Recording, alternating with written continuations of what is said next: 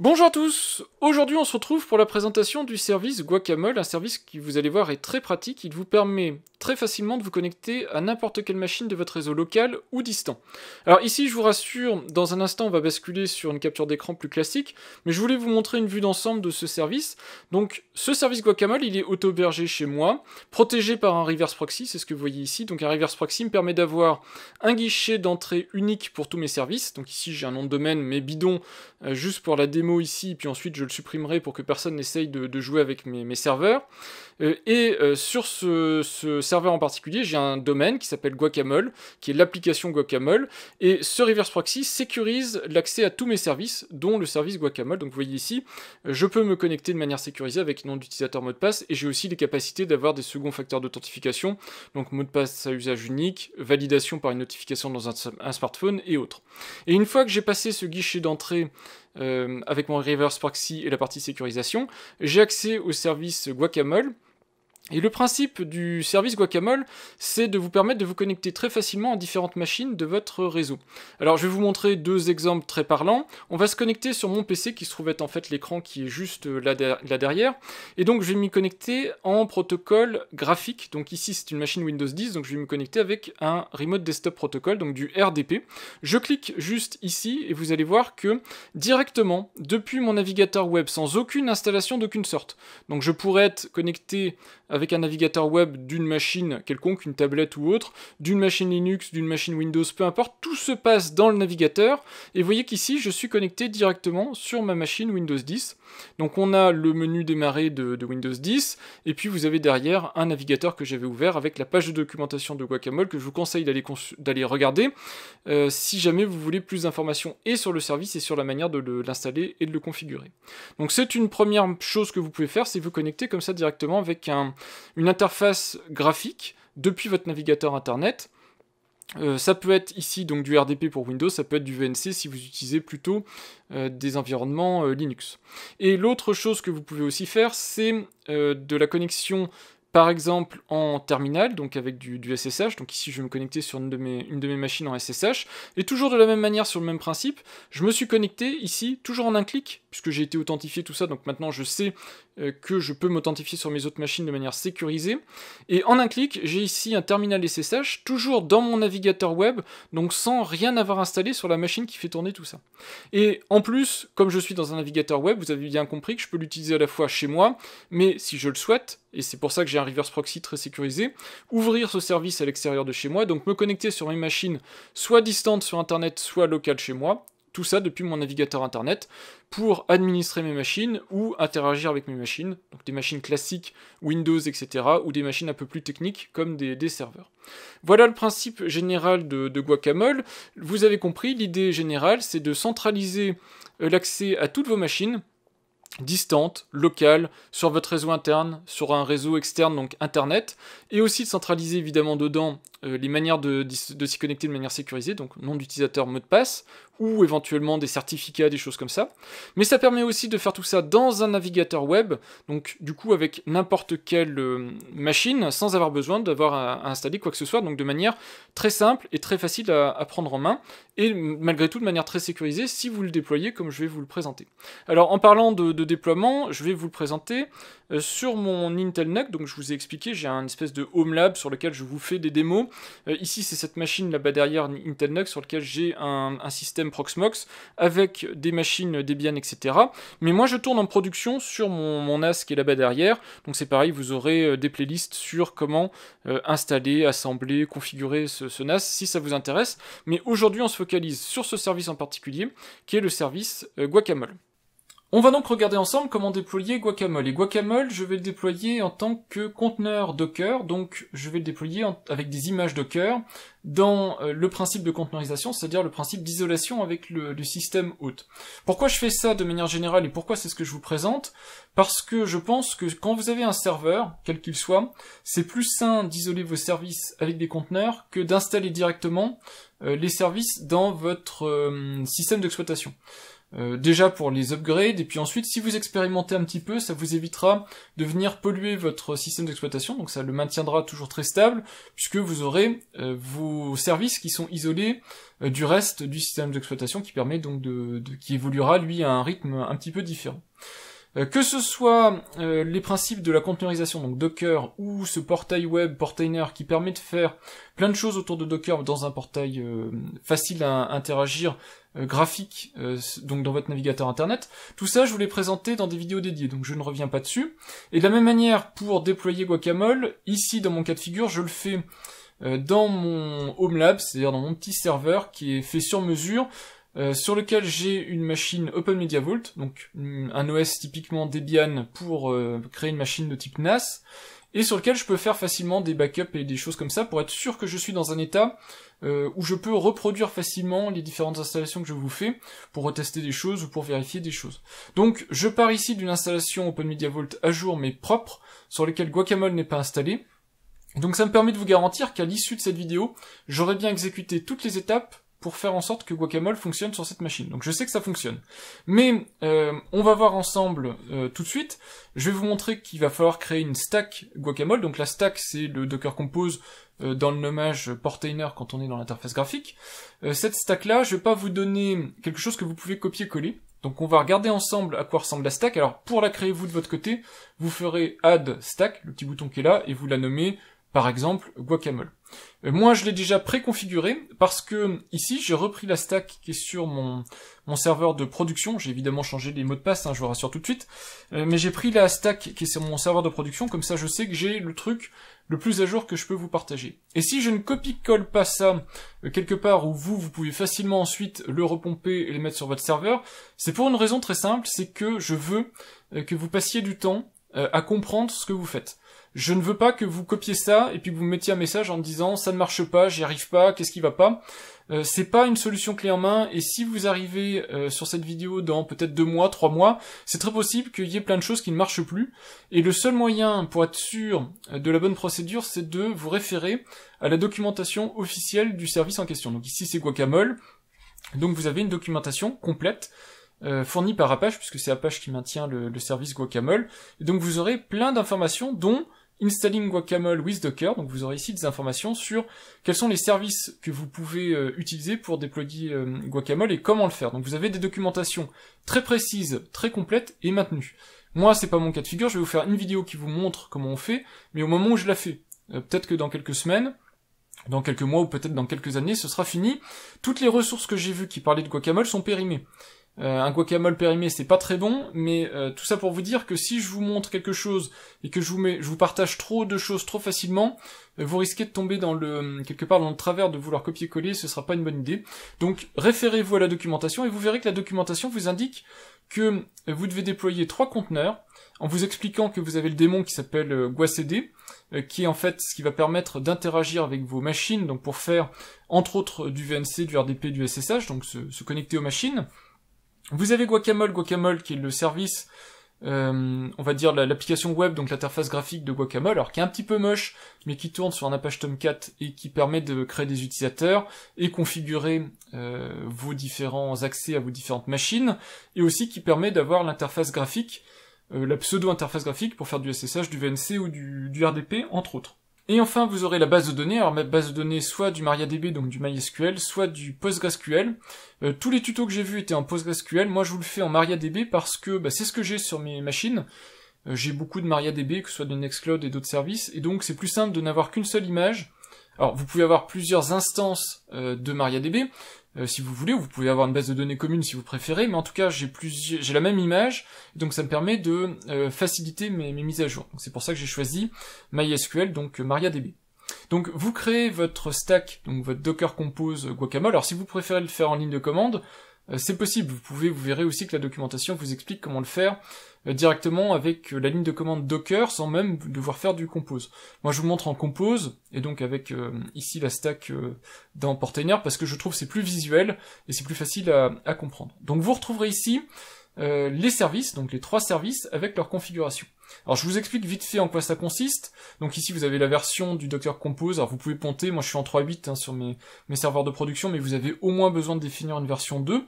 Et en termes de services, je vous ai dit il y en aura 3, donc Guacamole qui est le service de front-end et interaction pour tout ce qui est connexion à distance. Donc l'image, c'est l'image officielle guacamole/guacamole. Alors vous pouvez spécifier ensuite 2 points et une version donnée si vous voulez être fixe sur une version donnée, ou latest si vous voulez tout le temps latest, mais ici vous avez en fait latest. Container name, ça c'est la liste dans vos conteneurs Docker, donc ici ce sera guacamole, et vous avez besoin de définir des environnements, des variables d'environnement. Le guacd hostname, c'est le nom de votre service guacd, donc vous le verrez ensuite, mais ça va dépendre du nom de conteneur guacd que vous allez définir. Donc moi ici c'est guacd, donc je crois qu'on peut l'omettre quand c'est ça, mais j'ai préféré le définir ici, comme ça je suis sûr que c'est bon, c'est fait. Vous avez le nom de la machine qui héberge votre base de données guacamole, donc moi j'ai des conventions de nommage, donc j'appelle ça du même nom que le service avec un underscore et db pour base de données, et le nom de la base de données, comme ma base de données aussi pourrait éventuellement co-héberger plusieurs types de services, je la nomme avec le nom du service, donc guacamole db. Vous aurez besoin d'un utilisateur dédié à guacamole, donc je l'ai appelé guacamole user, et un mot de passe qui est spécifique à cet utilisateur-ci.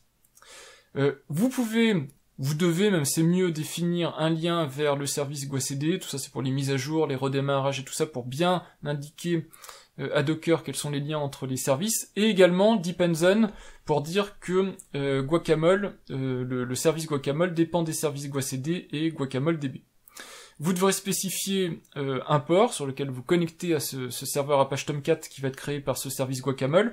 Moi je l'ai mis sur le port 8080 qui est le port par défaut, vous pouvez le changer, et de toute façon ça on va le commenter, après je vous montrerai, on activera le reverse proxy et donc on n'aura plus besoin d'exposer un port sur le réseau interne. Mais pour le moment, dans une première étape, étant donné que je vais vous montrer comment le mettre en place rapidement en interne chez vous, on commencera d'abord par la partie directement accessible, sans prérequis reverse proxy, puis je vous montrerai comment on rebranche ça avec le service de reverse proxy swag que je vous ai déjà montré dans pas mal de vidéos auparavant. Ensuite, restart unless stopped, c'est pour savoir comment se comporte le conteneur si jamais il est tué. Donc ici, si vous le coupez, il restera coupé, mais sinon, il redémarrera automatiquement. Et au niveau des réseaux, moi j'aime bien spécifier des réseaux pour séparer un petit peu les réseaux. Ça c'est pour mon reverse proxy, mais par défaut, vous pouvez omettre cette section-là. Dans ce cas-là, vous serez dans le réseau par défaut, qui est un réseau bridge, avec votre hôte qui héberge Docker. Deuxième service, alors plus simple lui à définir, c'est votre service donc qui va interagir avec toutes les autres machines pour s'y connecter. Ce service a besoin d'une image qui est guacamole guacd, donc qui est l'image officielle pour ce service-là. Nom de conteneur guacd, vous faites bien attention de le nommer comme le hostname qui est ici. Donc moi c'est pour ça que je reprends tous les noms pour être sûr que je me trompe pas. Un volume, alors ici vous n'avez pas besoin de les définir. C'est vraiment si vous voulez faire des choses évoluer quand vous êtes dans votre interface graphique guacamole, des enregistrements, des choses comme ça. Moi je vous ai tout montré par rapport à la documentation. Donc vous aurez besoin ici de drive et record, donc sur votre espace où vous stockez Docker. Donc ici sur cette machine là c'est du home Docker, je mets ça dans appdata guacamole pour spécifier pour le service guacamole, et j'ai créé 2 répertoires, drive et record, que je lis à /drive et /record pour ce service-là, donc pour cette image-là, en lecture-écriture. Restart, pareil que pour le service guacamole, et sur le réseau guacamole, mais ça c'est pareil, c'est parce que je fais ici de l'isolation de réseau. Si vous en faites pas, vous pouvez omettre le nom du réseau, mais ça marchera moins bien quand je vous montrerai l'étape reverse proxy. Et enfin, il reste la base de données GuacamoleDB. L'image, c'est du MariaDB, donc j'ai spécifié les tests, mais à nouveau, si vous ne mettez pas les tests, vous mettez juste MariaDB, vous aurez la dernière image MariaDB en date, hein, c'est un synonyme. Le nom du conteneur GuacamoleDB, par convention, je mets toujours nom de conteneur également de service, mais c'est pas obligatoire. En tout cas, c'est ça qui définit le nom de votre conteneur Docker. En termes d'environnement, un mot de passe pour la base de données, ça c'est pour la protéger, pour éviter que n'importe qui puisse s'y connecter. Et ensuite, vous définissez le nom de la base de données, le nom de l'utilisateur et le mot de passe. C'est évidemment ces 3 valeurs-là, les mêmes que dans le service Guacamole. Donc vous avez nom de la base de données, user, mot de passe, vous faites bien attention de spécifier les mêmes valeurs. Et cette base de données aura besoin de 2 volumes. Le répertoire init, vous allez voir dans un instant, on va créer le script de création de cette base de données, c'est là-dedans qu'il y aura ce qu'il faut pour que la base de données puisse se pré-remplir quand elle est toute neuve. Donc éventuellement celui-là vous pourrez le faire sauter après, mais en tout cas pour démarrer il y en aura besoin. Et le contenu, data, de votre base de données MySQL Server, ça c'est si vous voulez faire des backups et tout ça, pour l'avoir sur votre système de fichiers, pour que ce soit persistant. Donc unless stop toujours en restart, et sur le réseau GuacamoleDB. Et donc comme moi j'isole des réseaux, je définis 2 réseaux, un réseau qui s'appelle Guacamole, de nom Guacamole, et un réseau GuacamoleDB, qui s'appelle GuacamoleDB. Donc vous voyez que le lien en fait c'est que le service Guacamole est relié à la base de données par le réseau GuacamoleDB et la machine s'appelle GuacamoleDB et il est relié par le réseau Guacamole au service GuaCD. Voilà en gros comment ça fonctionne. Donc quand on a fait ça, on peut faire update the stack, donc on clique ici, on fait pull and deploy, et donc là en fait ce qui se passe en arrière-plan c'est que Portainer appelle Docker via du Docker Compose, il va aller télécharger les 3 images qui sont ici, si vous les avez pas déjà, il va créer les conteneurs, il va peupler les conteneurs dans la liste des conteneurs que vous avez sur votre installation Docker. Donc on voit ici les trois services qui démarrent. Vous verrez GuaCD est assez long à démarrer, il reste très longtemps en starting, ne vous inquiétez pas, vous regardez vite fait ici, si vous voyez listening on host avec un port, c'est bon, c'est qu'il est disponible, donc pas d'inquiétude, mais il est beaucoup plus long que les autres à démarrer, alors je sais pas pourquoi, mais il est reconnu comme étant plus long, donc c'est pas un souci. Sinon, on peut vérifier vite fait aussi le démarrage de Guacamole, là vous verrez que vous aurez peut-être des soucis, c'est normal, la base de données n'est pas initialisée, etc. Je vais vous montrer comment on fait pour l'initialiser à partir de la documentation, et enfin vous avez la base de données ici qui a démarré, et elle est prête, mais elle est vide. Et donc c'est le problème qu'il va y avoir, c'est que a priori ici, si vous avez suivi déjà les instructions que je vous ai montrées, le service Guacamole est déjà disponible. Donc on va vérifier tout de suite le bon fonctionnement. On a directement donc le service Guacamole qui est disponible, je vous montre comment on y accède. Vous allez sur la même machine en fait que vous avez sur laquelle vous avez votre hôte, en fait votre adresse IP d'hôte, puisque ici le port 8080 se bind en bridge sur votre carte réseau hôte. Donc vous tapez ici votre adresse de l'hôte, donc ici moi c'est 144 la fin de l'adresse IP, vous mettez 8080 et par défaut, comme c'est un service Apache, il se met dans le sous-répertoire Guacamole, puisque le nom du WAR qui est déployé, c'est le WAR qui s'appelle Guacamole. Donc vous allez dessus et vous allez voir ici, il y a une erreur, c'est tout à fait normal, c'est parce que la base de données n'est pas prête. Si on allait voir dans les logs de Guacamole, et je vous montre d'ailleurs comment on fait, comme ça peut vous être utile si vous avez d'autres soucis. Donc ici dans les différents conteneurs, alors soit en allant dans la section conteneurs, soit en allant directement ici dans la section conteneur de votre stack, vous avez un petit truc qui s'appelle log. Donc vous avez ici, vous pouvez lire les logs, et vous voyez ici qu'on a unexpected internal error, table, machin, does not exist. Et donc, en fait, Guacamole se plaint de ne pas trouver les différentes tables de la base de données, donc il y a bien un problème de base de données, et ça c'est parce que la base de données n'a pas été initialisée. Alors je vous montre maintenant comment on l'initialise, vous allez voir c'est très facile, tout est décrit dans la documentation. Donc vous regardez la documentation et vous voyez qu'on vous dit ici, vous pouvez utiliser PostgreSQL, MySQL, etc., blablabla, avec plein d'indications, et on vous dit initialisation d'une base de données MySQL, et vous avez ici le petit script pour exécuter cette initialisation. Alors pour le faire, je vais me connecter à la machine, donc ici je me connecte avec VS Code, pareil, j'ai fait une vidéo pour vous expliquer comment on fait pour se connecter directement comme ça avec VS Code, donc je reviens pas dessus, et je vous montre donc comment on fait ça. Donc on va dans Guacamole, on va dans le répertoire qui s'appelle init, donc ici actuellement je n'ai rien, et je copie-colle la ligne de commande qu'on m'a donnée. Donc en fait ce que ça fait ici, ça fait un docker run, ça prend l'image Guacamole, et ça va créer le init.dbsh, donc le script qui est dans l'image, ça va aller le peupler en mode MySQL. Alors vous avez un retour à la ligne, donc c'est peut-être pas pratique à lire. Voilà, MySQL, et ça fait un fichier qui s'appelle initdb.sql. Donc si je fais entrer ici, vous allez voir qu'un fichier a été créé qui s'appelle initdb.sql, et on va regarder vite fait ce qu'il y a là-dedans avec less, et vous allez voir qu'il y a en fait un script qui permet de créer des bases de données avec plein d'informations dedans. Donc ça c'est bon, c'est fait. Une fois que c'est fait, ce que je vais faire ici, c'est que je vais tuer le dossier qui contient la base de données. Donc ici data, je vais le supprimer. Donc je fais, alors je peux éventuellement pour faire les choses proprement, parce que c'est quand même bien si je vous montre comment faire les choses le plus proprement possible. On va dans GuacamoleDB, donc qui est l'instance MariaDB pour Guacamole, et on arrête ce service ici. Voilà, c'est plus propre. Ensuite, on tue le répertoire de données de cette base de données, puisque de toute façon, il est tout propre. Donc, il n'y a rien, je peux le tuer. Et vous voyez que maintenant, j'ai init ici qui est disponible. Je vais démarrer le conteneur, et comme le conteneur est tout vide, en fait, si on va regarder dans les logs, vous allez voir ici, il va trouver le fichier init, en fait, et il va peupler la base de données avec le contenu de ce fichier-là. Normalement, maintenant c'est bon, donc on peut retenter le service Guacamole, donc je fais entrer ici, et vous voyez que ça change. Maintenant, j'ai bien la partie service Guacamole qui fonctionne. Et pour se connecter, alors tout ça c'est pareil, c'est décrit dans le guide ici Guacamole, mais c'est guacadmin. Donc vous tapez guacadmin et puis mot de passe, c'est la même chose et vous faites entrer. Et vous allez voir que c'est bon, c'est fonctionnel, on a accès au service Guacamole. Donc l'interface graphique, je vais être franc, elle n'est pas hyper jolie. Il y a des alternatives pour se passer de Guacamole en tant que serveur web et puis interaction, mais ces alternatives sont pas, je trouve, hyper élégantes en tant que Docker. C'est des images qui sont moins bien maintenues. Donc moi je vous montre le truc le plus fiable, puisque quand même Apache fait attention de bien maintenir les différentes images. Donc je vous montre le truc par défaut, le truc que j'utilise. À vous d'explorer, mais sachez que vous pouvez déployer sur une base de guac-cd, vous pouvez déployer d'autres front-end avec d'autres types de technologies un peu plus sympas, surtout si vous voulez le faire depuis une tablette Android, un smartphone, où cette interface-là ne marche pas très bien puisqu'elle déclenche pas le clavier virtuel, des choses de ce type-là. On va faire différents petits trucs. Un truc qu'on va faire, c'est déjà l'utilisateur par défaut. On va pas garder l'utilisateur guacadmin, on va créer un utilisateur qui s'appelle admin, et le choix de l'appeler admin est très important puisque dans mon reverse proxy, mon utilisateur principal s'appelle admin. Et donc, vous allez voir je vais activer un petit truc en fait qui est le forward de header d'authentification, et je peux faire suivre qui s'est authentifié dans mon reverse proxy à ce service Guacamole pour lui dire c'est pas la peine de demander à chaque fois le mot de passe si le serveur en amont a déjà authentifié qui se connecte. Pour que ça marche correctement, il faut évidemment que le nom de l'utilisateur qui se connecte dans le reverse proxy soit bien connu de Guacamole.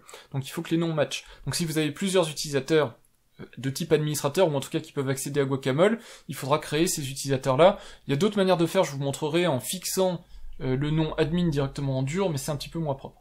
Donc tout ça, vous avez des capacités pour facilement copier ou cloner même un utilisateur. Donc vous faites ici copier, vous avez juste ici à changer cet utilisateur. Alors moi je vais l'appeler admin, voilà. Hein. Tout ça de toute façon c'est des données qui vont être supprimées, donc j'ai pas besoin de me prendre la tête au niveau de sécurité, puisque dans quelques minutes tout ça n'existe plus, mais au moins vous aurez vu comment ça fonctionne. Donc je crée ici l'utilisateur, donc vous voyez qu'il vient apparaître dans la liste des utilisateurs, et si nécessaire ensuite je peux soit désactiver guacadmin, soit je peux aller le supprimer. Alors si vous le supprimez, faites attention, moi quoi qu'il arrive, ce que je vous conseille de faire, c'est de vous déconnecter de cet utilisateur, vous vous connectez avec le nouvel utilisateur que vous avez créé, comme ça déjà ça vous valide qu'il est fonctionnel. Vous allez ensuite dans la section paramètres, vous vérifiez que vous avez bien accès à tous les réglages, préférences, connexions et compagnie, et ensuite si vous trouvez que ça fonctionne, dans ce cas-là, vous pouvez supprimer définitivement cet utilisateur-là. Donc, vous avez enlevé une première problématique qui est de l'utilisateur par défaut, comme ça, si jamais quelqu'un se connectait sur votre serveur Guacamole, au moins l'utilisateur par défaut avec le mot de passe par défaut n'existe plus. Donc on a maintenant un utilisateur admin. Dernière petite chose, je vais vous montrer comment on fait une connexion SSH par exemple. Donc vous faites nouvelle connexion, donc toujours, alors je vous remonte le chemin complet parce que ergonomiquement c'est pas facile. Donc c'est pas dans accueil, c'est bien dans paramètres de l'utilisateur. Vous allez dans connexion et vous faites nouvelle connexion. Ici vous tapez le nom de la machine et la technologie de connexion. Donc vous voyez vous avez du Kubernetes, RDP c'est du Remote Desktop pour Windows, donc Remote Desktop Protocol, vous avez le SSH, du Telnet et du VNC, donc c'est plutôt du client distant Linux. Donc ici je vais vous montrer juste du SSH, quelque chose de facile. Dans les paramètres ici c'est comment on se connecte à cette machine, donc je vais mettre une adresse IP locale à mon réseau, mais ça pourrait être une adresse distante sur internet, peu importe, à partir de ce moment évidemment où cette machine a accès à internet, c'est vous qui voyez. L'idée c'est de centraliser ici de toute façon la manière de vous connecter à d'autres machines, en local ou à distance, mais que le frontal soit un client web, et comme ça vous pouvez vous y connecter sans avoir besoin d'installer quoi que ce soit sur la machine sur laquelle vous faites votre monitoring ou votre administratif, etc. Donc ici je vais mettre l'adresse IP qui se trouve être une adresse IP locale, et le port, comme j'ai choisi de faire du SSH, c'est le port 22. Alors vous pouvez faire plein d'autres choses, vous pouvez mettre une clé publique pour être sûr que vous vous adressez à la bonne machine. Vous pouvez ici directement spécifier identifiant mot de passe pour du SSH, donc pour éviter d'avoir à les retaper. C'est stocké de manière chiffrée, donc normalement c'est relativement sûr, c'est mis dans votre base de données, donc c'est propre. Vous avez aussi la clé privée, si vous vous connectez directement avec une clé privée, ça peut être intéressant, plutôt que vous connecter avec un mot de passe. Donc tout ça vous pouvez le spécifier exactement comme n'importe quel client SSH, donc c'est plutôt pratique. Et puis ensuite vous avez ici plein de réglages sur votre terminal web, et puis ce que vous pouvez faire, ce que vous pouvez copier, coller dans le terminal, des choses de ce type-là. Donc je vous laisserai explorer tout ça. Vous avez aussi une section qui est intéressante, c'est le Wake on LAN. Si vous n'avez pas un service centralisé de Wake on LAN, vous avez aussi la possibilité de balancer un paquet Wake on LAN pour réveiller la machine distante avant de vous y connecter, donc ici en SSH. Donc ça peut être sympa. Quand vous avez fini, vous faites enregistrer, et vous avez bien ici donc la petite entrée qui apparaît, donc JDOM, avec ici ça vous dit que c'est du SSH, donc du terminal. Et ensuite vous pouvez aller dans Accueil, et vous verrez que dans Accueil vous avez aussi les connexions récentes ici, et la connexion qui apparaît. Donc on clique ici. Alors ici, moi j'ai choisi de ne pas mettre de nom d'utilisateur et de mot de passe, donc il va falloir que je les tape. Mais évidemment, si vous avez fait une authentification automatisée, nom d'utilisateur, mot de passe ou nom d'utilisateur certificat, ça marchera automatiquement, vous serez connecté automatiquement. Donc nom d'utilisateur, mot de passe, je fais entrer, et puis ici vous voyez que je suis connecté à ma machine JDOM Atlas. Donc juste pour vous montrer que c'est fonctionnel et que j'ai la possibilité comme ça très facilement d'administrer ma machine JDOM depuis n'importe où dans le monde, à partir du moment où ce service est accessible à l'extérieur de chez moi. Sauf que, et je vous l'ai montré, pour le moment, ce service n'est disponible que chez moi. Il est disponible sur l'IP 192.168.1.144 sur le port 8080. Donc ça fonctionne très bien, mais ça fonctionne très bien chez moi. Vous pouvez vous arrêter là. Si vous voulez juste fournir ce service sur votre réseau local et que vous voulez que quelle que soit la machine avec laquelle que vous utilisez à un moment donné sur votre réseau local, vous puissiez vous connecter à n'importe quelle autre machine de votre réseau local, ça vous suffira. Maintenant, si vous voulez aller sur l'étape suivante qui est de le rendre disponible sur Internet, là il va falloir monter le niveau de sécurité d'un cran, puisque ça va être évidemment extrêmement risqué, ce type de choses, exposer à un service tel que Guacamole sur Internet, ça peut être vite risqué puisque vous mettez disponible sur Internet des connexions à des machines qui sont internes chez vous. Donc pour ça, il va vous falloir un reverse proxy. Donc moi j'utilise le reverse proxy Swag, qui est déjà préconfiguré dans mon cas de figure puisque j'ai fait tout ce qu'il faut pour qu'il soit sécurisé avec Ocelia. Donc tout ça, j'ai fait tout un tas de vidéos dédiées, donc je ne reviens pas dessus. On suppose que c'est un prérequis et que vous avez déjà ça qui est configuré. Donc un serveur Swag, bien configuré, un reverse proxy, donc Swag, et Ocelia comme serveur d'authentification, avec la possibilité de faire du second facteur d'authentification, donc un mot de passe à usage unique, des trucs comme ça, pour super sécuriser un service, et être sûr qu'il n'y a que vous qui pouvez y accéder. Donc ça, c'est déjà en place, et donc il va rester à faire la petite étape finale, donc dans la partie stack, pour terminer la configuration de tout ça. Alors, il va y avoir deux petites choses à faire. On va déjà refermer le port 8080 dont on n'aura plus besoin, puisque le service va être disponible quand on adresse derrière en fait Swag pour la partie connexion. Et ce que je vais faire ici, c'est que je vais activer un petit service supplémentaire de Guacamole. Alors Guacamole vient avec des services complémentaires, soit qui sont livrés dans des jars. Donc là, je vous laisse regarder sur le service Guacamole. Vous avez ici, quand vous faites download, vous verrez que Guacamole vient avec des capacités supplémentaires. Vous les avez ici. Donc l'OS Duo, l'OS Header, l'OS JDBC, l'OS JSON, LDAP, Quick Connect et compagnie. Donc ça vous permet, par exemple, Quick Connect, c'est si vous voulez directement à partir de l'URL déclencher la connexion à une machine, vous pouvez le faire, mais parmi ces petites extensions, il y en a qui sont intégrées dans l'image de Guacamole, d'autres ne le sont pas, mais certaines y sont, et en particulier vous avez Header et Quick Connect. Et nous, ce qu'on va activer, alors Quick Connect, je vous montre pas comment ça fonctionne, mais vous pourrez regarder dans la documentation, tout est documenté, mais Header est aussi documenté dans toujours cette page, où vous avez la possibilité ici d'activer Header comme fonctionnalité. Donc vous verrez ici, Header Authentication, Header Enabled, HTTP Auth, Header. Donc vous voyez ici les différentes variables d'environnement, donc LDAP est aussi parmi les services qui sont disponibles, et on vous dit ici que vous avez des custom extensions si vous en voulez d'autres. C'est très facile, dans le Guacamole Home, donc dans votre serveur, à l'espace où vous avez mis un volume où vous avez Guacamole, vous pouvez rajouter des jars, comme je vous ai montré. Donc ici, moi j'active Header Enabled, donc le service qui est préconfiguré dans l'image, qui vient en fait avec un jar additionnel qui est fourni dans l'image, et HTTP Auth Header, je lui mets juste la valeur X forwarded user, c'est juste pour avoir un nom de header HTTP normalisé avec Ocelia et Swag. Vous pourriez éventuellement choisir la version par défaut, mais moi je vous montre comment je fais avec mon reverse proxy. Je vous rappelle aussi que j'ai bien les networks ici qui sont activés, donc networks Guacamole, GuacamoleDB, networks Guacamole, Guacamole et GuacamoleDB. Donc une fois que ça c'est fait, je fais update the stack ici. En fait, ça va juste me redéployer le service Guacamole en rajoutant les deux petits trucs qui manquaient, c'était l'activation du service HTTP header et le nom du header en question. Ensuite, on va aller dans la stack Swag, qui est fonctionnelle, hein, je vous l'ai dit, c'est un prérequis, et on l'a mis en place ensemble, donc c'est la même stack que ce que je vous ai montré, à part le nom de domaine que je fais changer à chaque fois, pour éviter qu'il y ait des petits rigolos qui jouent avec. Et je vais rajouter ici mon réseau Guacamole. Alors, on pourrait faire autrement et beaucoup plus simple, moi c'est juste que j'aime bien isoler mes réseaux. J'ai pas fait de vidéo sur les réseaux Docker, mais c'est quand même assez intéressant d'isoler tout ça. Donc je rajoute le réseau Guacamole dans la liste des réseaux, ce qui veut dire que Swag va pouvoir communiquer avec Guacamole, Guacamole va pouvoir communiquer avec Swag, mais Guacamole ne peut pas communiquer avec Nextcloud, Guacamole ne peut pas communiquer avec Portainer. C'est pour ça que je fais des réseaux Docker, c'est pour isoler les communications et pour augmenter un petit peu le niveau de sécurité.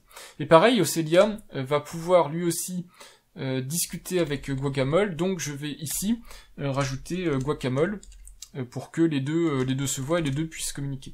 Et de la même manière ici, je vais copier-coller ce réseau-là, ici, et je vais le renommer Guacamole, donc je vais rajouter une création de réseau automatique qui s'appelle Guacamole.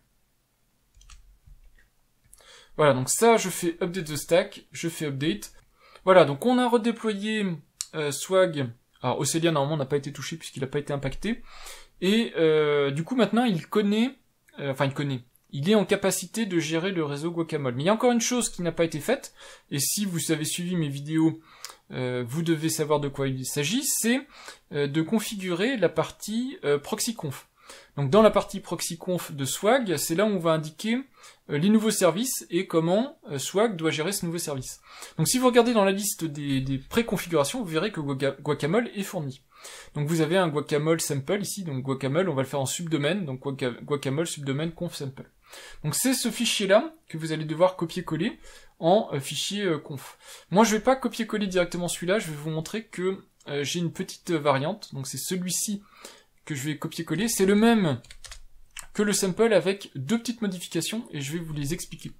Ça vous oubliez, un jour j'en parlerai, mais c'est comment j'isole les services qui doivent avoir un accès externe, même s'ils passent par mon reverse proxy, il n'y a que de l'intérieur de chez moi que je peux y avoir accès ou de l'extérieur. Donc ça vous oubliez, c'est pas important pour cet exemple-ci. Ce qui est important, c'est que vous voyez que le slash ici, je l'ai rechangé. Donc ici, la location par rapport au sample qui est ici, qui est slash, moi ma location c'est Guacamole, donc slash Guacamole slash. Ça c'est pour éviter d'avoir un sous-chemin, donc comme ça j'accède à Guacamole avec le service directement en disant guacamole.mon nom de domaine, et si jamais j'y accède pas avec slash Guacamole, je fais un 301 sur la location Guacamole, donc je renvoie, je fais un redirect sur cette location là. Ça me permet très facilement, comme ça si j'oublie de mettre slash Guacamole, ça me renvoie vers le bon endroit, et ça m'évite aussi de masquer le slash Guacamole qui peut avoir éventuellement des impacts sur le bon fonctionnement du service, donc comme ça il reste présent dans le chemin de Guacamole. Et l'autre petit truc que vous verrez qui n'est pas dans la configuration du sample, c'est ça, le proxy set header authorization vide, donc ça je vide, si jamais il y a un header, authorization, je vide son contenu, et je rajoute x forwarded user, donc ça vous vous rappelez, c'est celui qu'on a vu dans la stack, le nom du header d'authentification, et je mets $user, qui est le nom de la variable swag issue de Ocelia, donc quand un utilisateur a été authentifié, $user contient le nom de l'utilisateur authentifié. Donc quand je vais m'authentifier en admin, ce sera admin, quand je vais m'authentifier en Toto, ce sera Toto. Voilà en gros ce que je modifie ici, donc ça je le sauvegarde, et donc du coup vous aurez un fichier qui s'appelle guacamole subdomain conf, et évidemment, sauf si vous avez l'extension swag auto-reload, il va falloir recharger ici swag, donc vous faites un restart sur le conteneur swag pour ajouter, enfin pour démarrer, pour faire reconnaître la swag, le sous-domaine guacamole. On va tester si ça fonctionne, donc guacamole. Le nom de domaine que j'ai créé, duckdns.org. On voit ici que je suis redirigé sur Ocelia et que je peux y saisir mon nom d'utilisateur et mon mot de passe. Donc je saisis le nom d'utilisateur, le mot de passe donc de Ocelia, je fais se connecter, et on va voir si c'est fonctionnel. Donc normalement ici, voilà, je suis redirigé vers Guacamole, on voit le nom de domaine, on voit le certificat valide, donc tout est propre, tout va bien. Et on voit aussi que si je clique sur alors je vais enlever cette fenêtre là parce qu'elle est vraiment pénible. Et on voit aussi ici que je peux me connecter maintenant sur mon serveur JDOM. Donc on va faire le test. Voilà, et c'est fonctionnel aussi, sauf que ce coup-ci je suis sur un service hébergé sur Internet, donc de n'importe où dans le monde cette fois-ci. Je peux accéder à mon serveur JDOM en interne pour faire des opérations de maintenance, etc. Donc ici, je vais pas le faire, mais vous avez compris l'idée générale. Et du coup, ici, vous mettez la liste des services que vous voulez. Donc vous avez du RDP, vous avez du SSH, vous avez du VNC, donc plutôt pour les machines Linux. Vous pouvez aussi avoir un serveur VNC pour Windows si vous préférez. Et puis d'autres outils en fonction de ce que vous voulez. Donc on a fait le travail de bout en bout. Il reste une dernière chose. Maintenant qu'on sait que c'est fonctionnel sur Internet, eh bien on retourne dans Guacamole ici et je vais désactiver le port Guacamole. Alors je vous l'ai pas montré, donc avant de le faire je vais vous le montrer. Mais si on va ici dans la liste des conteneurs, vous voyez que Guacamole est disponible sur le réseau 8080, et c'est l'exemple que je vous avais fait. Moi j'aime pas laisser un serveur comme ça directement accessible, même en local, j'aime bien le cacher derrière mon reverse proxy pour être sûr que le seul moyen d'y accéder, c'est via le reverse proxy. Et le meilleur moyen de faire ça, c'est de l'isoler via le réseau Docker. Donc en faisant ça, son port 8080 n'est disponible que sur la machine conteneur Docker. Donc je vais vous montrer tout de suite en quoi ça consiste. Vous voyez qu'ici il n'y a plus de port publié. Donc ça veut dire que le port 8080 est dispo sur la machine qui s'appelle Guacamole, mais dans le réseau des systèmes, en fait, des machines Docker. Donc vous avez ici la machine qui s'appelle Guacamole. Elle, sur son adresse, son réseau virtuel, ici, elle a un port 8080 sur lequel elle est accessible depuis Swag. Et donc c'est le seul moyen d'y accéder, c'est dans le réseau des machines Docker. Il n'y a que Swag qui va pouvoir accéder à Guacamole et personne d'autre ne peut accéder à Guacamole depuis une autre machine de mon réseau. Donc ça sursécurise quelque part ce service-là et ça évite que les gens puissent faire n'importe quoi. Et voilà du coup ce qui conclut cette petite péripétie. Vous voyez que c'était pas si compliqué à mettre en place quand on sait ce qu'on fait, quand on suit les bonnes étapes, et je vous rappelle que les bonnes étapes à suivre sont intégralement documentées dans la documentation d'Apache Guacamole qui est très précise dans ce qu'il faut faire. Maintenant, moi, ce que je vous ai montré, c'est une solution un peu plus haut niveau. Je vous ai montré, donc c'est comme si on s'était reculé un petit peu de cette documentation-là, et que je vous avais montré un cas général qui fonctionnera dans la plupart des situations, et qui vous permet d'avoir surtout une stack, je pense, bien configurée et propre, facile à comprendre.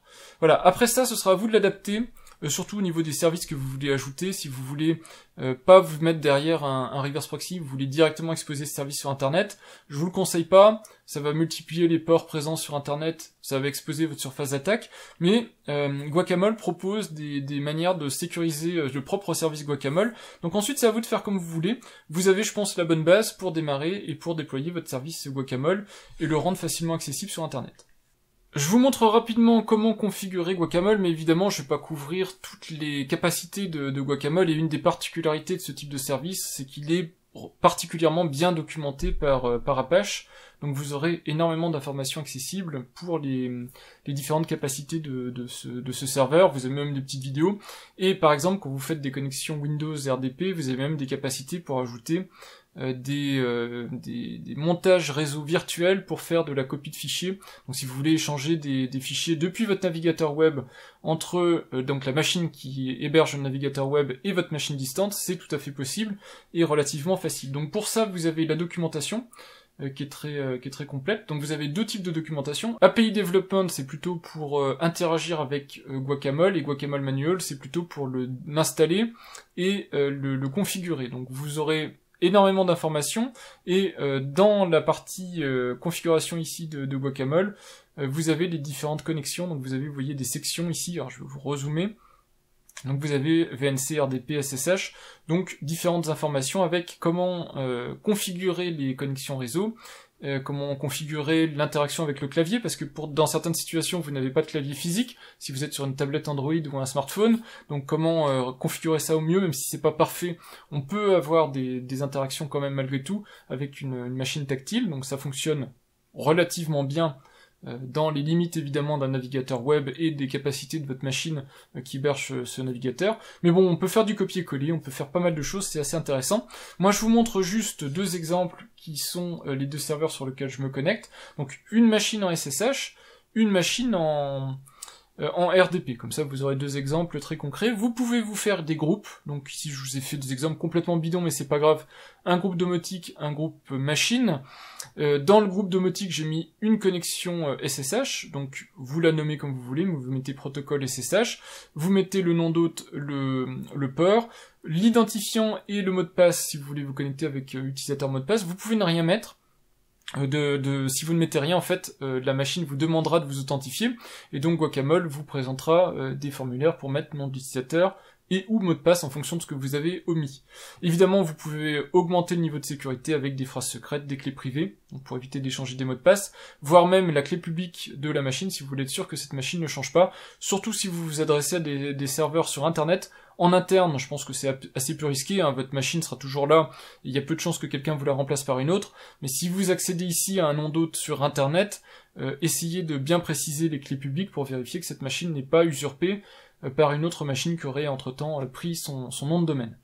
Vous voyez ensuite qu'il y a un tas de réglages, je vous présente pas dans le détail, mais pour la partie SSH, c'est relativement facile à configurer. Pour la partie RDP, c'est un petit peu plus compliqué, ça va dépendre de votre machine RDP et tout ça. Vous devez ici mettre le nom d'hôte, alors soit l'adresse IP, soit le nom de la machine. Le port, comme pour le port SSH, je l'ai pas précisé, mais vous pouvez l'omettre si c'est le port par défaut du protocole en question. Donc quand c'est du RDP, c'est 3389, quand c'est du SSH, c'est du 22. L'authentification, alors ça, vous retrouverez ça dans votre configuration Windows. Votre identifiant, même si vous pouvez mettre votre adresse mail si vous avez un compte Microsoft, en général, c'est plutôt votre identifiant technique de machine. Le mot de passe étant le mot de passe associé à votre identifiant technique, c'est pareil, vous pouvez avoir un compte Microsoft sans mot de passe, mais c'est pas pour autant que l'utilisateur technique de la machine n'a pas de mot de passe. Donc, à vous de voir en fonction du cas de figure de votre machine. Donc, utilisateur local de la machine et mot de passe local de la machine, nom du domaine, donc moi c'était workgroup qui est la valeur par défaut sur un Windows 10 Pro, mais ça peut être autre chose en fonction de vos cas de figure, et en mode de sécurité j'ai mis du NLA, Network Level Authentication, puisque c'était ce qui marchait bien avec du Windows 10 Pro. Et j'ai fait ignorer le certificat de serveur parce que sinon j'ai des erreurs au moment où je me connecte. N'oubliez pas aussi de configurer 2-3 petits trucs. Mettez bien l'agencement de clavier en français si vous voulez pas avoir de soucis de layout de clavier quand vous tapez du texte, et puis le fuseau horaire qui correspond aussi à votre zone géographique, donc moi j'ai mis Europe Paris. Vous pouvez évidemment ajouter du multitouch, vous pouvez changer la définition de votre écran virtuel, et puis comme c'est du RDP, vous avez la possibilité de faire suivre l'audio, le microphone et tout ça, puisque même dans un navigateur internet, vous avez des capacités de capturer du son, de diffuser de l'audio et tout ça. Donc vous avez tout ça, et puis les mêmes modes performance de RDP dont je vous parlais pour activer ou désactiver des fonctionnalités, et donc accélérer le tout. Voilà, donc ça permet un tas de choses, c'est plutôt pratique, plutôt pas mal, et assez complet. Je vous laisse explorer pour le reste, donc vous avez d'autres capacités, hein. Si on fait une nouvelle connexion, vous verrez ici, vous avez Kubernetes, du VNC, qui est fonctionnel aussi, j'ai testé une fois, du Telnet, pas de souci en local, mais bon, je pense qu'en distance, ça n'a pas trop d'intérêt de faire du Telnet. Voilà, donc vous aurez vu les capacités en tout cas de Guacamole et comment rapidement le configurer. Je vous le redis, si vous avez des inquiétudes ou des interrogations, regardez dans la documentation, c'est ce qui fait foi pour configurer son serveur Guacamole et aussi évidemment ses connexions Guacamole. Voilà en ce qui concerne la présentation de Guacamole, j'espère que ça vous aura convaincu, en tout cas moi ça m'a convaincu, puisque ça résout pas mal de mes problématiques, à savoir de pouvoir me connecter sur tout type de machine, sans avoir à me rappeler pour chacune de ces machines comment me connecter, donc je le fais une fois pour toutes, dans Guacamole, et ensuite je me connecte depuis Guacamole, et en plus ça me permet très facilement de m'y connecter depuis n'importe quelle machine, donc même quand je suis pas chez moi, même quand j'ai pas une de mes machines, il suffit que j'accède à mon serveur web, et ensuite je peux me connecter à n'importe quelle machine de manière très sécurisée et relativement fiable, puisque vous avez vu quand même que mon reverse proxy est bien sécurisé. Voilà en ce qui concerne le service Guacamole, vous me direz si cette vidéo vous aura été utile, si le service vous est utile. Il y a des alternatives à Guacamole, pas aussi évoluées ou avec des contreparties, hein, évidemment, pour chaque type de service qu'on déploie, il faut toujours peser le pour et le contre. Moi je trouve que Guacamole est une bonne alternative, il est bien maintenu, il est assez complet en termes de fonctionnalités, et l'ergonomie de l'application est relativement pas mal. Il y a quelques lacunes, je trouve, sur les interfaces mobiles, mais dans l'ensemble, je suis quand même extrêmement satisfait par le niveau de service qui est fourni par Guacamole. En tout cas, vous me confirmerez, si vous connaissez le service, si vous l'aimez et si vous l'avez déployé chez vous. Et si vous le découvrez, vous me direz ce que vous en avez pensé, si vous avez réussi à le déployer en suivant mes indications. Voilà, je vous remercie d'avoir regardé cette vidéo, puis je vous dis à bientôt pour de prochaines vidéos. Au revoir!